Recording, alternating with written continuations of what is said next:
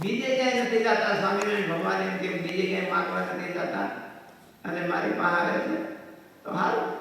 અને ભગવાનને ભગતનું કામ કરવાનો એક હરખ થાય.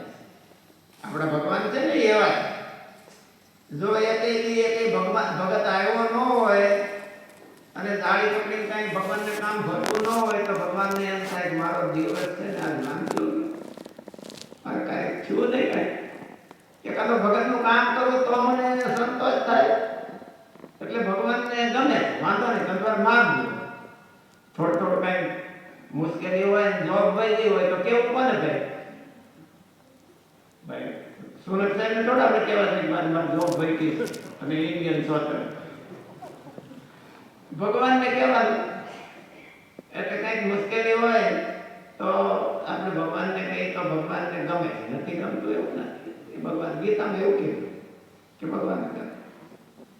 આપણે માગીએ તો નિષ્કામ ભગત ન કહેવાય એટલું ખરું. પછી આપણે બે લાભ લેવો બે ટાઈટલનો લાભ લેવો હોય તો ન લે. એટલે માગે છે તોય ભગવાન રાજી થાય. કારણ કે એની પાસે બીજા પાસે માગવા નથી જતા. આપણે 33 કરોડ દેવતાઓને એનાથી બીજા કેટલાય જે કોઈની પાસે ન જઈ અને એક સ્વામિનારાયણ ભગવાનની પાસે જાય એટલે ભગવાન રાજી થાય. ભલે માગે વાંધો નહીં.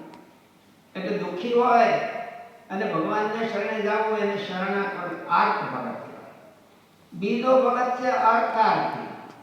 દુઃખી ન હોય આપણે કઈ દુઃખ ન હોય બધું હરખું હોય ન જતું હોય પણ તોય ભાઈ મારે મિલિયનર ખાવું છે તો એ તો સુખની જરૂર છે. મારે કોઈ ઓલી ગાડી હારી નથી સામાન્ય ગાડી છે તો BMW કે હોય ટેસ્લા હોય તો ટેસ્લા પડે માગવો પડે ને આપણે. એટલે એવું કંઈક જોતું હોય દુઃખ નથી કાંઈ પણ સારું જોઈએ તો એને અર્થાર્થી ભગત કહેવાય. અને મોટે ભાગે આપણે કાંઈક ભગવાનની પાસે માંગતા હોય તો સારું કંઈ માંગવાનું કે કંઈ વાંધો નહીં અર્થાર્થી ભક્ત કહેવાય. શાસ્ત્રમાં ધ્રુવજીને અર્થાર્થી ભક્ત કીધા છે. ધ્રુવજીને આપણે કથા તો બધા જાણીએ છીએ. ધ્રુવજીની કથા કે બહુ વિસ્તારથી કથા છે કે ધ્રુવજી નાના હતા 5 વર્ષના અને એના બાપના ખોળામાં બેસવા. ધ્રુવજી અણમાનેતી ના હતા પણ નાના બાળકને તો મારી માં માનેતી છે કે અણમાનેતી છે એ શું હોય 5 વર્ષનું બાળકને એનું હોય મારા બાપા ને બાપા. ધ્રુવજીનો બીજો ભાઈ માનેતીનો દીકરો એ ઉતાનપાદ રાજાના ખોળામાં બેઠો. એટલે ધ્રુવજીને મનમાં એવું થયું કે હું પણ બેહું મારા બાપા છે. એટલે ધ્રુવજી ખોળામાં બેસવા ગયા અને પ્રસંગ બન્યો એની માએ એને અપમાન કર્યું. ક્ષત્રિયનો દીકરો હતો એટલે અપમાન સહન ન કરી શકે. થોડું વળખાય તે જ માણસ હોય અને એને થોડું બોલું થાય થોડું પેલું થાય એટલે એની મા પાસે ગયો. પણ એની માએ બીજું કાંઈ કરી શકે એમ તો હતી નહીં. અણમાનેતી હતી એનું કાંઈ હાલતું નહોતું. એટલે એને એવું કીધું મનમાં કે હાથી વાત છે દીકરા કે તું છે ને એની માએ કીધું તું વનમાં જા તપ કર. અણમાન કોઈ ઓરમાએ કીધું તું વનમાં જા તપ કર ભગવાન તને મળે અને પછી માએ કીધું તું મારા પેટે અવતાર લે તો તું ફળામ દે. એટલે એની માએ સુનીતિએ એવું કીધું કે વાત તો હાવ વાતમાં તારા જે કંભાઈ છે એ મારે લઈને છે નહીં તો તારા કંભાઈ તો મારે લઈને છે. મારે પેટે તે જન્મ લીધો એટલે તારે આ સહન કરવું પડે છે. હવે તો તું ભગવાનનું ભજન કર. એક નારાયણ એવા છે કે બધાની મનોકામના પૂરી કરે. અને આપણી પરંપરામાં તો મનુ મહારાજા અને એ બધા નારાયણને પામી ગયા છે. એટલે તું નારાયણનું ભજન કર. હું તને હાથું કહું તો મને દુઃખ થાય અને ખોટું કહું તો મારે દુઃખ થાય પણ તને હાથું કહું. ધ્રુવજી ભગવાનનું તપ કરવા ગયા. મનમાં એવું હતું કે મારા બાપ કરતા ચડિયાતી ગાદી જોઈ મારે મારું અપમાન થયું છે ને ત્યાંથી મારા બાપ કરતાં પણ મોટી ગાડી મારી. એટલે મહેનત તપ કરવા અને 6 મહિનામાં ભગવાન રાજી થયા. પણ ભગવાનનું ધ્યાન કર્યું અને ભગવાનનો જપ કર્યો એટલે એના મનમાંથી આ જગતની લાલસાઓ બધી સાફ થઈ. અને ભગવાન આવ્યા, ભગવાને દર્શન દીધા કે માય ધ્રુવજી કે મારે કંઈ માગવું નથી, બસ મને કાંઈ ઈચ્છા નથી. ભગવાને યાદી દીધી કે તું જ્યારે તપ કરવા આવ્યો ત્યારે તો તારી ઈચ્છા હતી આવી. એટલે ધ્રુવજી કીધું કે સાચી વાત છે મહારાજ, પણ આપના ભજનથી મારા હૃદયમાં હવે કોઈ ઈચ્છા નથી, મારે કાંઈ નથી, તમે રાજી થાવ એટલું જ જોઈએ. ભગવાને એને એવું કીધું કે તારે ન જોતું હોય તો કાંઈ નહીં, પણ મારે તને દેવું છે. શું કરવાને મારી આબરૂ જાય, લોકમાં એવું નામ કહેવાય કે ધ્રુવજીને કાંઈ દીધું નહીં હો, ભગવાન રાજી થયા તો કાંઈ મળ્યું નહીં, તો ક્રેડિટ તો મારી જાય, તારી ન જાય. ભગવાન છે એ હાથીને બચાવવા ગયા કે દ્રૌપદીને બચાવવા ગયા, એ તો પોતાની ક્રેડિટને રાખવા ગયા કે લોકમાં મારું નામ છે, કે એને રસ્તે કોઈ જાય તો એ કોઈની નિષ્ફળ ન થાય. હરિને ભજતા હજી કોઈની લાજ જતી નથી જાણી, એવું લોકમાં પણ હોય. અને જો હું કાંઈ ન આપું તો મારું નામ થાય થોડું ઘણું થાય, ડાઉન થાય, મારી ક્રેડિટ ડાઉન થાય.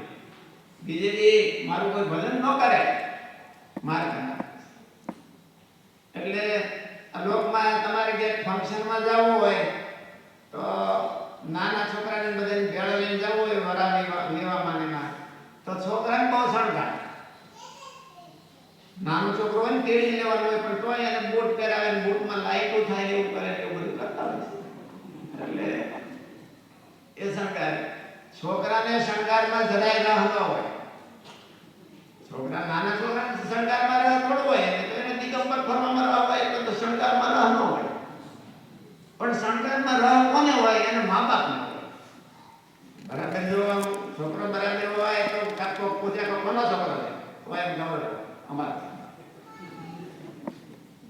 એટલે ભગવાને ધ્રુવજીને એવું કીધું કે તારે તો કાંઈ નથી જોતું, પણ લોકમાં મારી લાજ જાય એટલે મારે તને આપ. ધ્રુવ મંડળનું 36,000 વર્ષ 36 અબજ વર્ષ સુધીનું રાજ એને આપ્યું. અને ઓલું મુક્તિ તો તારી છે, જ્યારે એનો ટાઈમ પૂરો થયો તો મૂર્તિમાન કાળ અને ભગવાનનું વિમાન, ભગવાનનું વિમાન ધ્રુવજીને ચડવાય, પણ ભગવાનના વિમાનમાં સીડી નહોતી અને ઓલું ડકે નહોતું, એટલે બારણું ઓછું હતું. તો હારો એક કાળ આવ્યો અને અહીંયા બેઠો પગથિયે ધ્રુવજી કાળના માથા ઉપર પગ દઈ અને ભગવાનના વિમાનમાં ગયા અને ભગવાનને મુક્તિ કરી. આવા ભગવાન એ અર્થાર્થી ભગતનું હોતે રાખે છે, આપણું તો રાખે જ ને. આપણે પછી કંઈક થોડીક સેવા હોતે કરી લેતા હોય, ભગવાન દે, પણ માનતા તો બધી એવી જ હોય ને, બધી 500 પાઉન્ડ મળશે તો 5 તમને કરે, એટલે ભગવાનને ફાયદો તો થોડોક થાય. એટલે ભગવાને ધ્રુવજીને એવું કીધું કે મારે તને આપવું છે, અને ધ્રુવજીને ભગવાન એટલે એને અર્થાર્થી વાત. જિજ્ઞાસુ ભક્ત છે, પ્રશ્નો પૂછતા હોય છે. એ ઉપનિષદમાં નચિકેતા, ઉદ્ધવજી એને બધાએ ભગવાનને બહુ પ્રશ્નો પૂછ્યા છે. ગીતામાં પણ અર્જુને ભગવાનને બહુ પ્રશ્નો પૂછ્યા છે, અને પછી ભગવાનનો આશરો કરે છે. અને છેલ્લો જ્ઞાની ભક્ત. જ્ઞાનીનો અર્થ એવો ન હોય કે અમારી જોડે કથા કરે, કથા કરનારાને અમારે બાબાની આરે ક્યારેક હા વાંધો ન હોય, એવું હોય, તમને ભ્રમણા થાય પછી. એટલે અમારી જોડે કથા કરે એ જ્ઞાની કહેવાય એવો નહીં અર્થ. જ્ઞાનીનો અર્થ એવો છે કે ભગવાનનો મહિમા જાણે. અને ભગવાને ગીતામાં બહુ સરસ કીધું, એક ભક્તિ વિશિષ્ય છે. જ્ઞાનિક પાત્મેવ મેં મતમ અને એક ભક્તિ વિશેષ. એક ભક્તિનો અર્થ એવો થાય કે આ બીજા બધા ત્રણ હતા ને એને બે ભક્તિ હતી. અને જ્ઞાની છે એ પ્રહલાદ છે એ જ્ઞાની છે અને એક જ ભક્તિ, એક નારાયણની ભક્તિ. ધ્રુવજીને બે ભક્તિ હતી, એક તો નારાયણની અને બીજું રાજમણી. ગજેન્દ્રને બે ભક્તિ, એક તો નારાયણની અને આના મોઢામાંથી છૂટું. એવી બે ભક્તિ, બે ટાર્ગેટ હતા અને બે ટાર્ગેટ ભગવાને પાર પાડ્યા. પણ પ્રહલાદ જ્યારે ભગવાન પ્રહલાદને નૃસિંહ ભગવાન પ્રગટ થયા તો ભગવાને એને હોતે કીધું ભગવાનનો સ્વભાવ જ ઉદાર છે. એટલે પેલું બધાને માઇક માઇક કે આપણો સ્વભાવ એવો છે મંદિરે ભૂલમાં જઈ ગયેલા હોય તો યાદ આવી જાય કે આ માગી લઈ કે ભગવાન એટલું દેજો. અને ભગવાનનો એવો ઉદાર સ્વભાવ છે કે એમને મારો હોય તો હું તાર જોઈશ માગી લે. તો નૃસિંહ ભગવાન પ્રહલાદજીને પ્રગટ થયા તો ભગવાને કીધું માગ. પ્રહલાદે કીધું મેં તો કઈ ધ્રુવજીની જોડે માગવા હતું તો કઈ આ બધું કઈ હોય એવું નહોતું. એટલે પ્રહલાદજી ધ્રુવજીનું નામ ન લીધું પણ ભગવાને પ્રહલાદે કીધું કે કઈ માગ તમે મને આપો, કંઈક આપો કેવી મારી ઈચ્છા હોય એટલા માટે તમે તમારું બદલ કર્યું નથી. બસ મેં તો તમે રાધિકા અને મારા ઉપર મેર કરો એટલી મારી ઈચ્છા હતી. તમે મારી રક્ષા કરી એ પણ મારી ઈચ્છા એવી નહોતી કે તમે મારી રક્ષા કરો. જેમ ગજેન્દ્રએ કીધું મારી રક્ષા કરો એવો મારો ઈરાદો નહોતો. ધ્રુવજીએ કીધું કે મને કંઈક મળે એવો પણ મારો ઈરાદો નહોતો. મારો ઈરાદો તો બસ તમને રાજી કરો.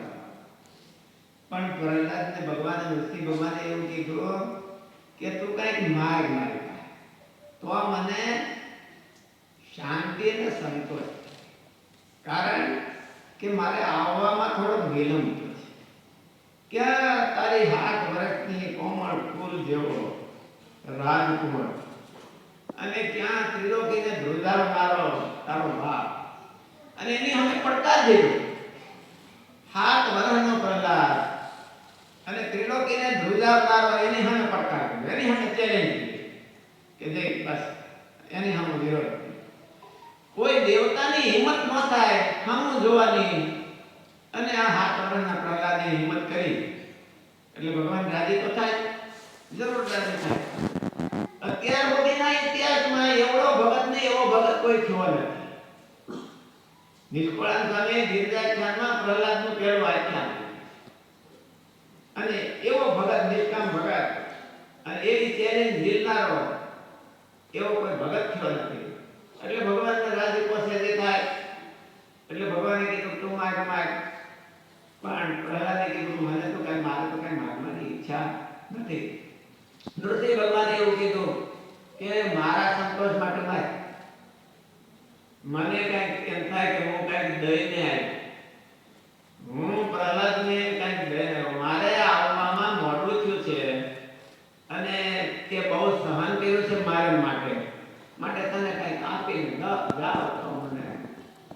ભગવાનને તો થોડીક એવી ઈચ્છા હોય તમારે ઘરે એકનો એક છોકરો હોય અને બેઠો રહે માથે ઉડાડે નહીં તો તમને છોકરાનું સુખ ન આવે.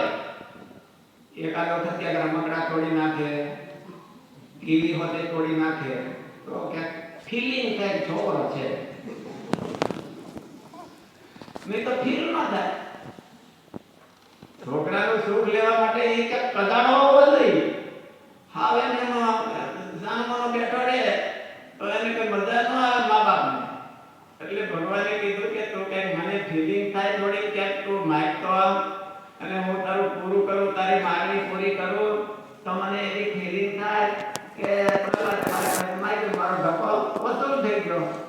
એટલે પ્રહલાદે એવું માગ્યું કે મહારાજ મને તો એમ થાય છે મારે કંઈ માગવું નથી પણ તમે બહુ આગ્રહ કરો છો એટલે મને એવું લાગે છે કે મારા હૃદયમાં ક્યાંક માગવાનું પડ્યું છે. તમે અંતર્યામી છો એટલે તમને દેખાતું હોય, મને તો નથી દેખાતું, હું માણસ છું.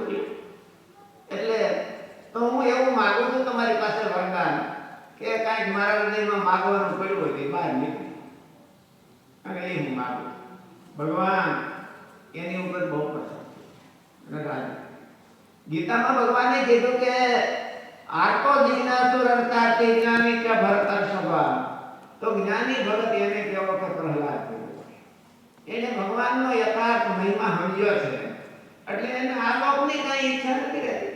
પ્રહલાદે બહુ સરસ કીધું તો નરસિંહ ભગવાનને કે મહારાજ તમે માગવાનું મને કહો છો પણ મારા બાપ પાસે ત્રિલોકીમાં કોઈની પાસે ન હોય એવી સંપત્તિ એટલી સત્તા હતી, એવી સત્તા હતી.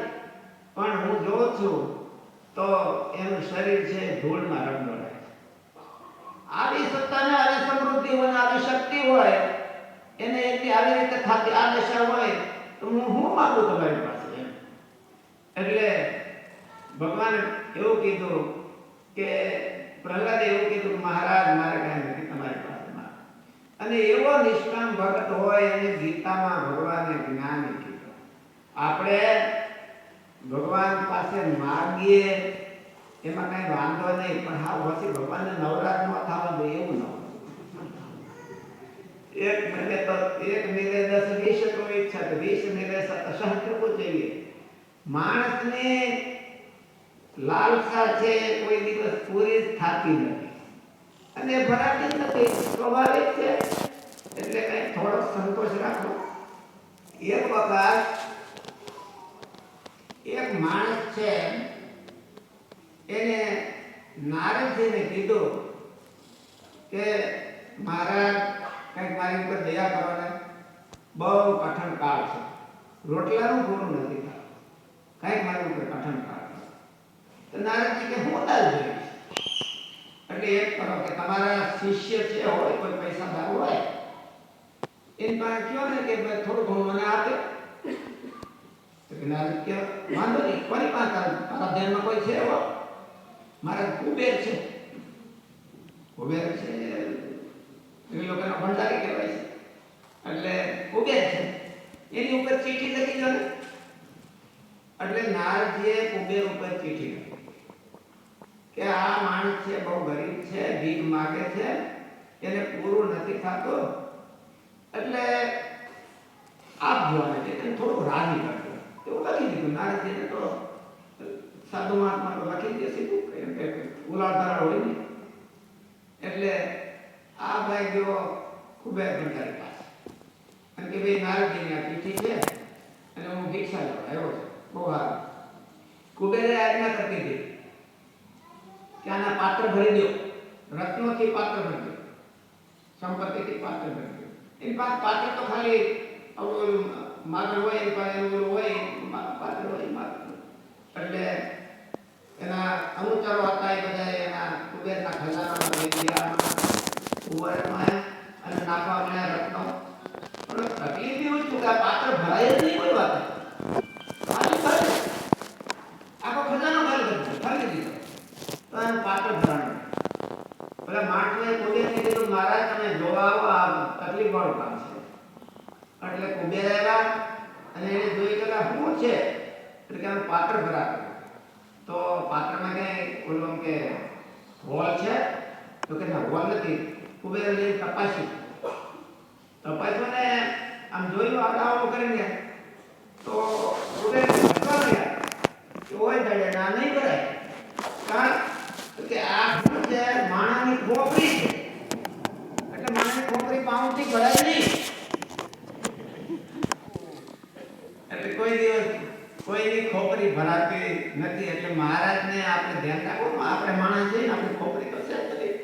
માગવાનું કીધું છે કે તમારે કઈ વાંધો નહીં પણ ભગવાનને હાવ નવરાજ ન થવા દેવા અને કાંઈક બીજાનો કોકનો વારો આવવા દેવો એવું થોડુંક રાખવું. થોડું માગવું, વાંધો માગશે તો ભગવાન પૂરું કરશે. સ્વામિનારાયણ ભગવાન છે કે બહુ ઉદાર ભગવાન છે અને ખૂબ આપણા મનોરથ પૂરા કરે છે. અને અમે હોતે ભગવાનને પ્રાર્થના કરી છે મનોરથ વધારે વધારે પૂરા કરે. એટલું કહીને આપણે આજની કથા પૂરી કરી છે. સહજાનંદ સ્વામી મહારાજ